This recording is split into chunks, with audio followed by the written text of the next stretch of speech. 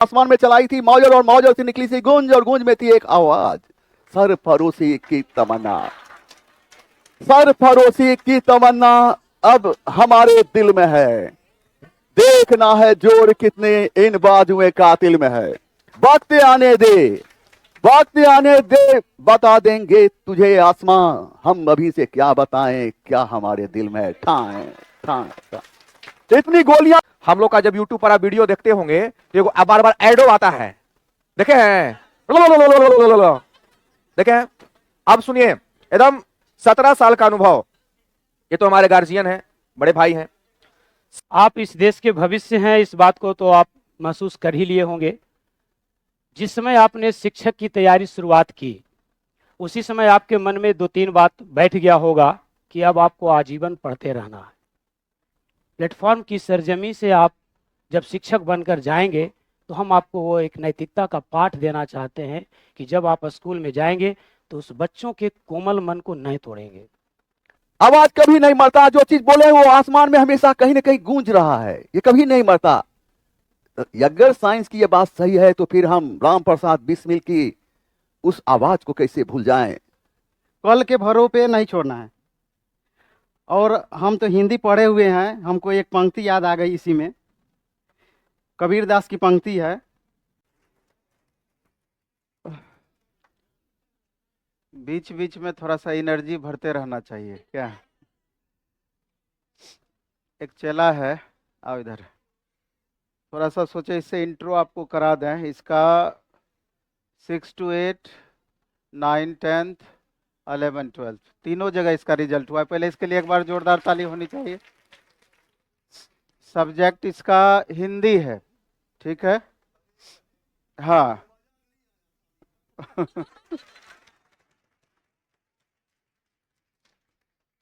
इससे रूबरू कराने से पहले एक डायलॉग पंकज सर का हम सोचते हैं कि हो जाए यहाँ पर, थोड़ा एनर्जी भरने के लिए। और कोचिंग के सबसे सीनियर मोस्ट कौशलेंद्र सर हैं। मैं भी बहुत बच्चे, बहुत छात्र इनको नहीं जानते होंगे। सर 11th-12th में पीजीटी मैथ पढ़ाते हैं, और इनका रिकॉर्ड है टीआरई 3 में 142 बच्चे को पढ़ाए, 121 रिजल्ट हुआ। इसलिए हम सोचे कि सर थोड़ा सा आप लोग को संबोधित करें 5 मिनट, क्योंकि सर बहुत अच्छा बोलते हैं और बहुत अच्छा मोटिवेशन भी बच्चों को देते हैं। तो पहले सर ही शुरुआत करें, उसके बाद पंकज सर हैं, तब इससे हम आपको मिलाएंगे।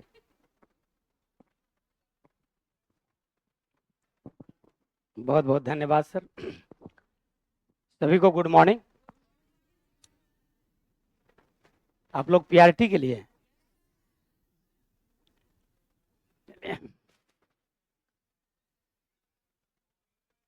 कॉमन पेपर भी है। Common paper 1 to 5, 6 to 8, 9, 10 PRT. तो मेरे देश के भविष्यों, आप सभी को फिर से एक बार सुप्रभात। आप इस देश के भविष्य हैं, इस बात को तो आप महसूस कर ही लिए होंगे। जिस समय आपने शिक्षक की तैयारी शुरुआत की, उसी समय आपके मन में 2-3 बात बैठ गया होगा कि अब आपको आजीवन पढ़ते रहना है, क्योंकि शिक्षक से बड़ा विद्यार्थी कोई आज तक नहीं हुआ। शिक्षक बनना अपने आप में एक गौरव है। वर्तमान परिवेश में जब हम किसी परिवार में नए बच्चे का स्कूल में एडमिशन करवाते हैं तो सभी के पेरेंट्स का एक सपना होता है कि डॉक्टर बने, इंजीनियर बने। किसी का ये सपना नहीं होता है कि वो एक शिक्षक बने, राष्ट्र निर्माता बने। लेकिन समय एक ऐसा करवट लेता है, ऐसा मोड़ लेता है, जहाँ पर आदमी अपने आप को ये महसूस करने लगता है कि नहीं, बच्चों में अच्छी शिक्षा का अलग जगाना जरूरी है। और वैसी स्थिति में आप निर्णय लेते हैं कि आपको एक राष्ट्र निर्माता के रूप में अपनी पहचान बनानी है।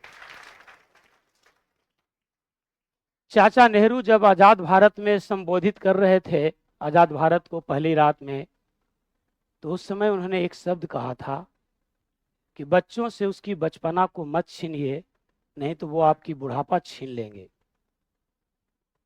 चाचा नेहरू का ये बात हम सबको अपने ज़हन में रखना चाहिए।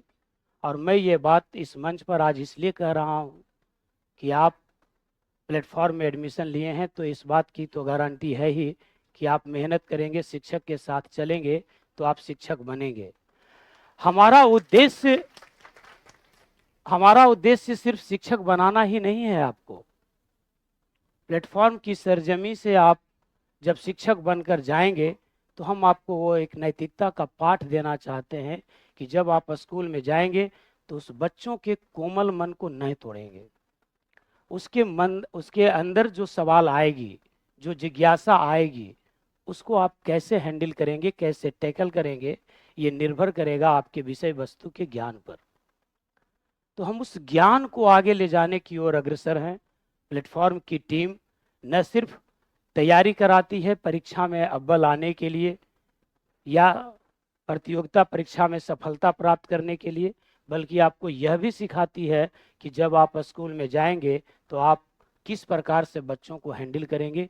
उनके मन के अंदर जो जिज्ञासा आती है, जो सवाल मन में आता है, वो आपसे पूछें और आपसे संतुष्ट हों। आमतौर पर एक धारणा बन चुकी है कि जो बच्चे गरीब हैं वही सरकारी स्कूल में जाएंगे। मैं आपसे एक वादा लेना चाहता हूं आज इस मंच से कि आप स्कूल में जब ज्वाइन करेंगे तो इस अवधारणा को तोड़ देंगे। लोग स्कूल आएंगे इसलिए नहीं कि वो गरीब हैं, लोग स्कूल आएंगे इसलिए नहीं कि उन्हें खाना मिलेगा, लोग आएंगे इसलिए कि आप उन्हें पढ़ाने जा रहे हैं। आप मतलब बीपीएससी से चयनित होकर आप उन्हें पढ़ाने जा रहे हैं। जब गांव की पगडंडियां स्कूल की ओर अग्रसर हो जाएगी तो हम समझेंगे कि प्लेटफॉर्म का सपना पूरा हो गया।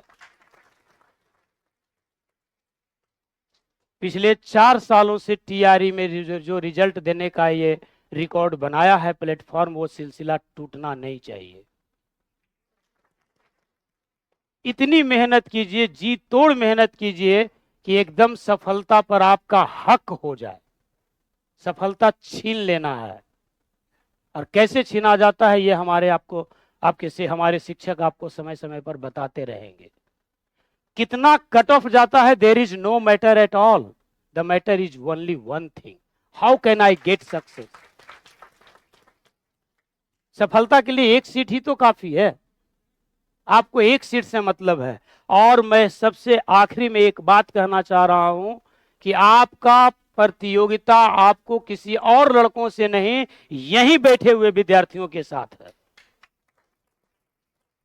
हम इतना तैयार कर देंगे आने वाले 3-4 महीनों में कि आपका प्रतियोगिता आपके साथ बैठे हुए विद्यार्थियों के साथ है, दूसरे से है ही नहीं, अन्यत्र से है ही नहीं। तो एक दूसरे से आगे बढ़ने की प्रतियोगिता अपने मन में डेवलप कीजिए। खाली समय में बैठिए नहीं, चर्चा कीजिए, प्रश्नों का विस्तृत अध्ययन कीजिए। यह और बात है कि सब्जेक्टिव परीक्षा ना होकर के ऑब्जेक्टिव है, लेकिन हमारे शिक्षक आपको सब्जेक्टिव पर भी उतना ही पकड़ बनाएंगे। आप इस बात का नमूना देख चुके होंगे। तो वह कहने को बहुत कुछ है। हम नवीन सर के प्रति आभार प्रकट करते हैं कि हमें भी प्लेटफॉर्म में पढ़ाने का मौका मिला और हमें वरिष्ठ साथी कहकर संबोधित करते हैं, अच्छा लगता है। 25 सालों से मैंने इसी समय इसी फील्ड में अपना समय गुजारा है। तो एक अच्छा शिक्षक होने के लिए फिर हम आपसे वादा लेना चाहते हैं, क्या आप एक अच्छे शिक्षक बनने के लिए तैयार हैं? हाउ इज द जोश? Thank you so much. Thank you sir.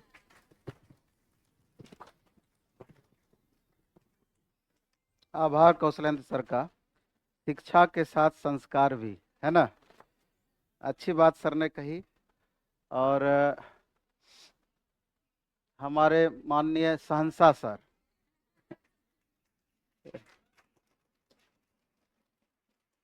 ये जब इतिहास पढ़ाते हैं, पता नहीं वो टॉपिक अभी आपका स्टार्ट किए हैं कि नहीं, जब भी तलवार निकालेंगे लहू टप टप लगेगा कि एकदम सीन आप देख रहे हैं, फिल्म चल रहा है। इतना इंटरेस्टिंग तरीके से हिस्ट्री को पढ़ाते हैं, अच्छा लगता है। हो गया सर, हटा हुआ, आइए। आइए सर। एक बार तलवार निकालिए। Hello hello.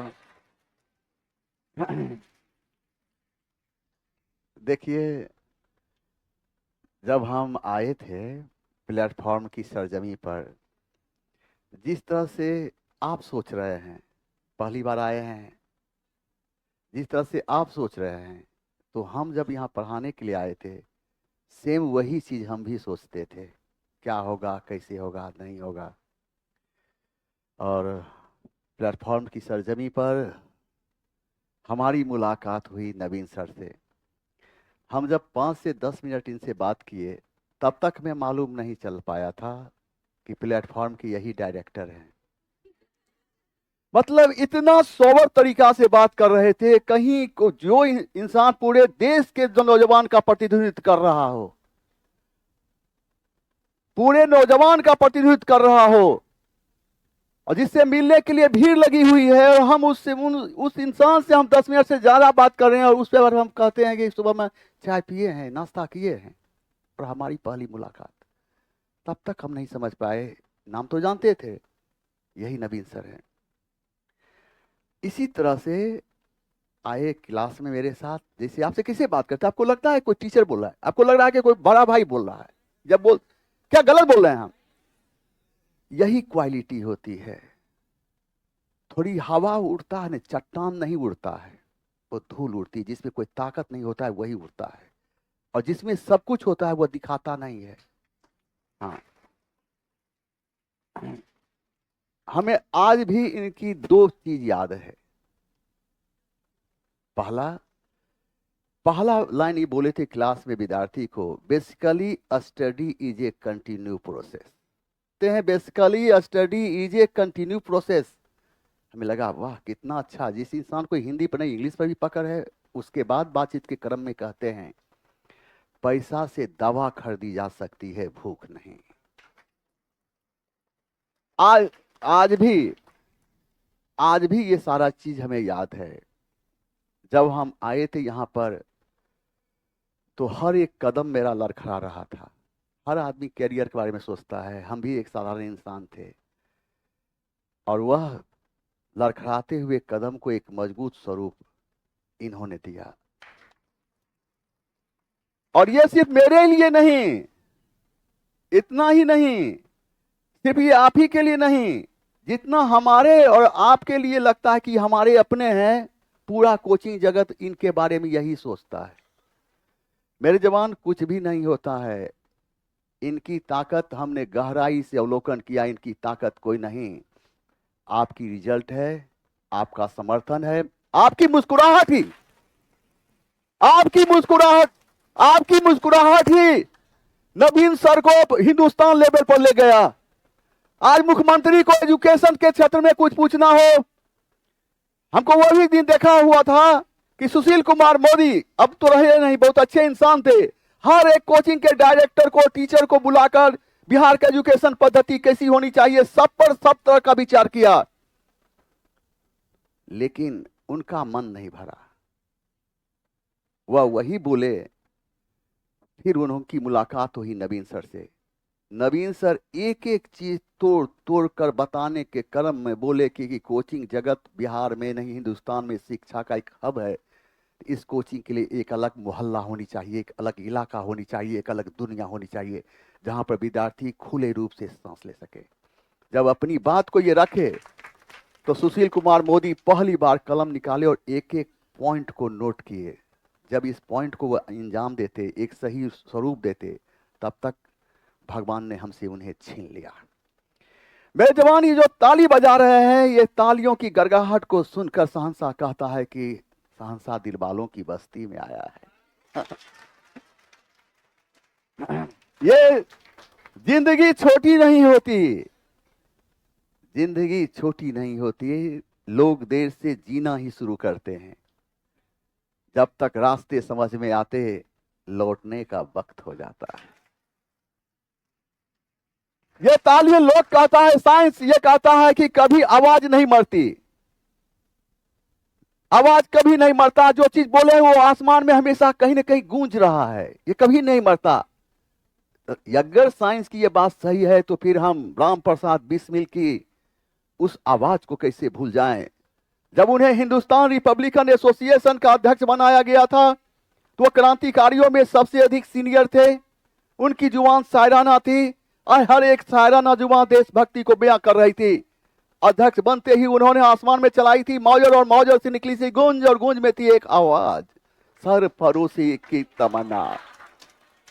सरफरोशी की तमन्ना अब हमारे दिल में है, देखना है जोर कितने इन बाजुए कातिल में है।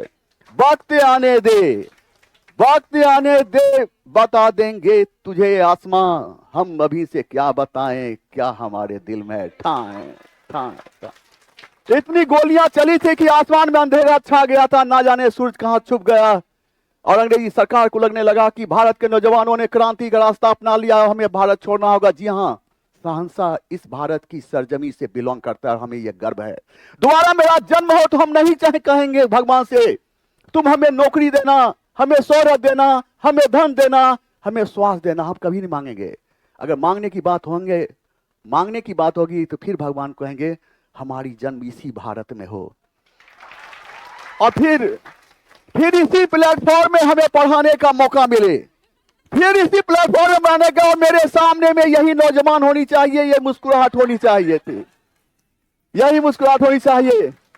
इसके लिए हमें, ये मौका पाने के लिए हमें 100 जन्म अगर लेना पड़ता है, ये मौका पाने के लिए हमें तपस्या करना पड़े, 100 जन्म लेना पड़े, तो सहनसा के लिए तैयार है, सहनसा। और नवीन सर के सबसे बड़ी बात है, नवीन सर जब सामने में खड़ा रहते हैं तो हमारी आवाज गुम हो जाती है, हमारी आवाज गुम हो जाती है। इसलिए हम विशेष कुछ नहीं बोल पाएंगे जवान। आज नवीन सर ने हमें बोलने का वक्त दिया, पहली बार नवीन सर के साथ खड़ा होकर हम इतना बोले हैं, तो तहे दिल से हम इनको शुक्रिया अदा करते हैं और कहते हैं Naveen sir thank you very much. आइए यहाँ पर।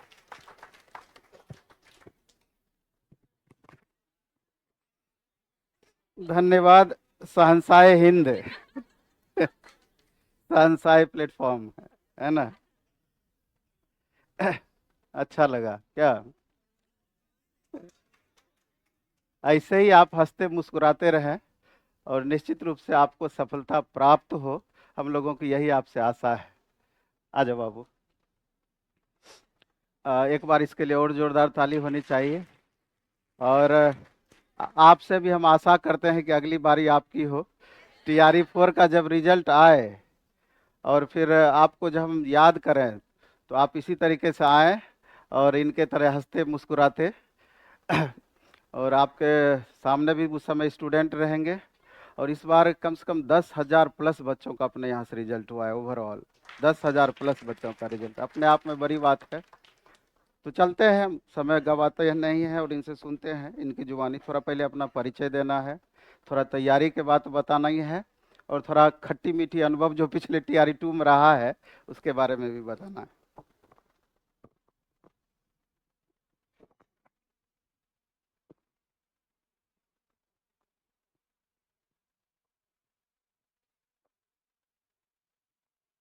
मेरा नाम निरंजन कुमार है।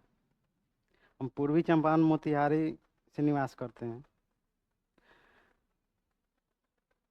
और सर के छत्र छाया में, सर के देख रेख में जो हमको मिला हुआ है आपके सामने है। 1 2 नहीं, 3 रिजल्ट है मेरा। 6 to 8, 9 10th और 11 12 तीनों में मेरा रिजल्ट है। पिछले बार जितना कटअप गया था उससे 20 नंबर ज़्यादा अभी कटअप गया है PGT में, और उससे 7-8 नंबर ज़्यादा मेरा है। तो समझ सकते हैं इसका पूरा योगदान सर को जाता है।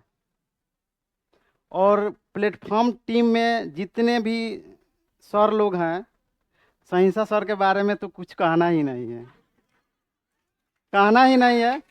सर जब पढ़ाते थे बिना पानी पिए हुए, अभी यूट्यूब पर वीडियो पड़ा हुआ है। सर गलत बोल रहे हैं, बिना पानी पिए हुए 3 से 4 घंटा पढ़ाए हुए हैं। बोलते थे कि नहीं पानी नहीं पीना है, हम लोग को भी नहीं पीने देते थे, बोलते थे कि नहीं आपको भी नहीं पीना है, हम भी नहीं पिएंगे जब तक समाप्त नहीं होगा 100 क्वेश्चन। 500 का सीरीज चला हुआ था हिस्ट्री का, सब सब्जेक्ट का 500 का चला हुआ था। हम कॉमन पेपर के लिए सर से पढ़े हुए थे, मेरा सब्जेक्ट हिंदी था। और उस समय हम जब सर का आवाज़ सुनते थे ना रात में 2 से 3 बजे तक पढ़ाते थे। रात में क्लास चलता था, 9-10 बजे से चालू होगा और 2-3 बजे तक चलता था। और समझ सकते थे कि मतलब उस समय सर जब बोल देते थे कि नहीं हमको पानी नहीं पीना है, नहीं आपको पीना है, और लगातार क्लास देख के तभी सोना है रात में, कल के भरों पे नहीं छोड़ना है।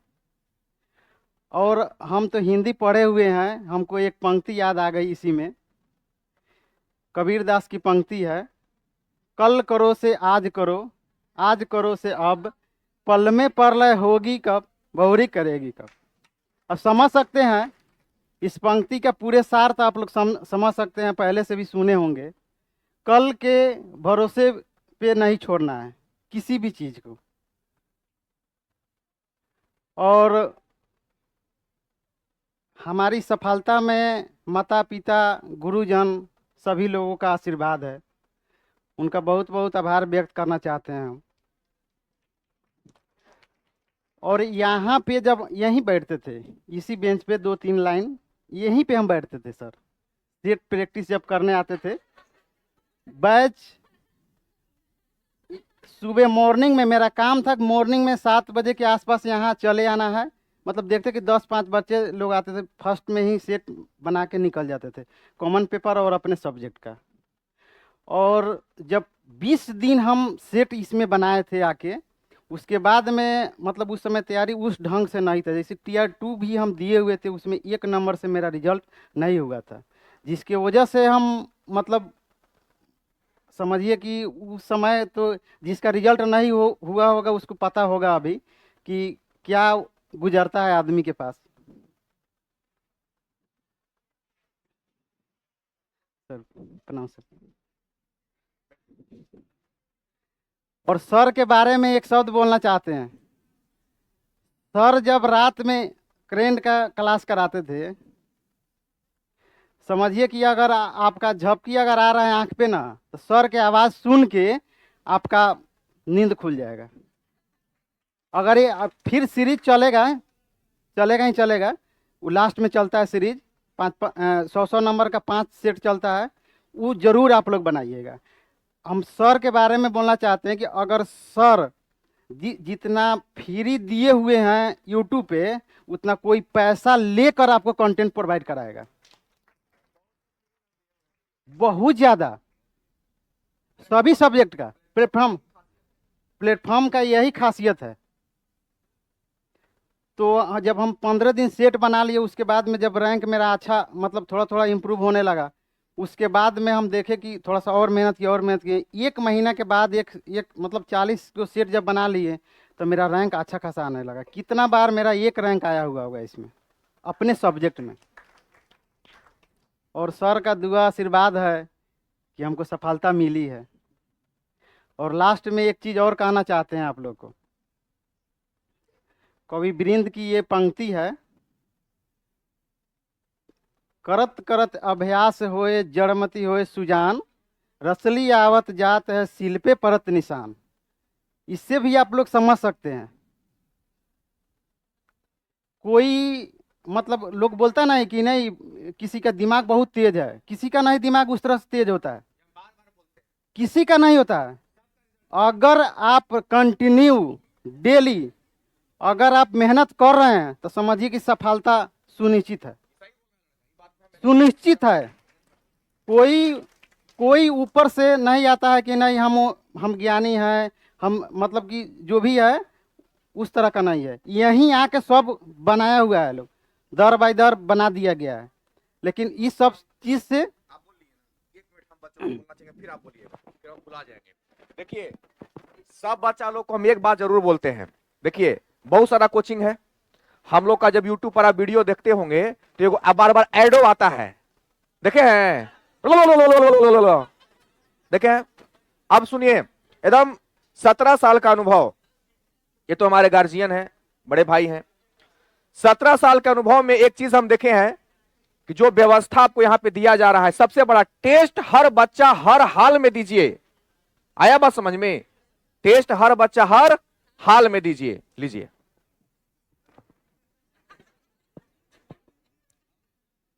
एक चीज हम अपने हिंदी वाले सर के बारे में बोलना चाहते हैं कि सर का पढ़ाने का जो अंदाज है, जितने भी लोग अगर हिंदी पढ़ते होंगे सर से, तो आप लोग जानते ही होंगे, मतलब उनका भी जो मोटिवेशन है ना, मतलब बहुत ज़्यादा हाई है। अगर आप क्लास देख रहे हैं, पढ़ रहे हैं, तो आपको कुछ करने का मन नहीं करेगा, लगातार आप उनका क्लास देखते चले जाइएगा।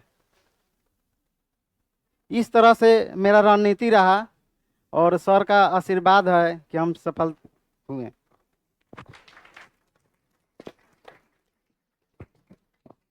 धन्यवाद। लास्ट मोमेंट में क्या होता है, जब आपका कोर्स समाप्त हो जाएगा तो एग्ज़ाम से 1 महीना पहले हम लोग फास्ट रिवीजन के लिए स्पेशल 500 क्वेश्चन का सीरीज सेलेक्टिव, जो सबसे बेहतरीन 500 क्वेश्चन है हर सब्जेक्ट का, उसको हम लोग कराते हैं एकदम डेली 100 क्वेश्चन एक सब्जेक्ट का।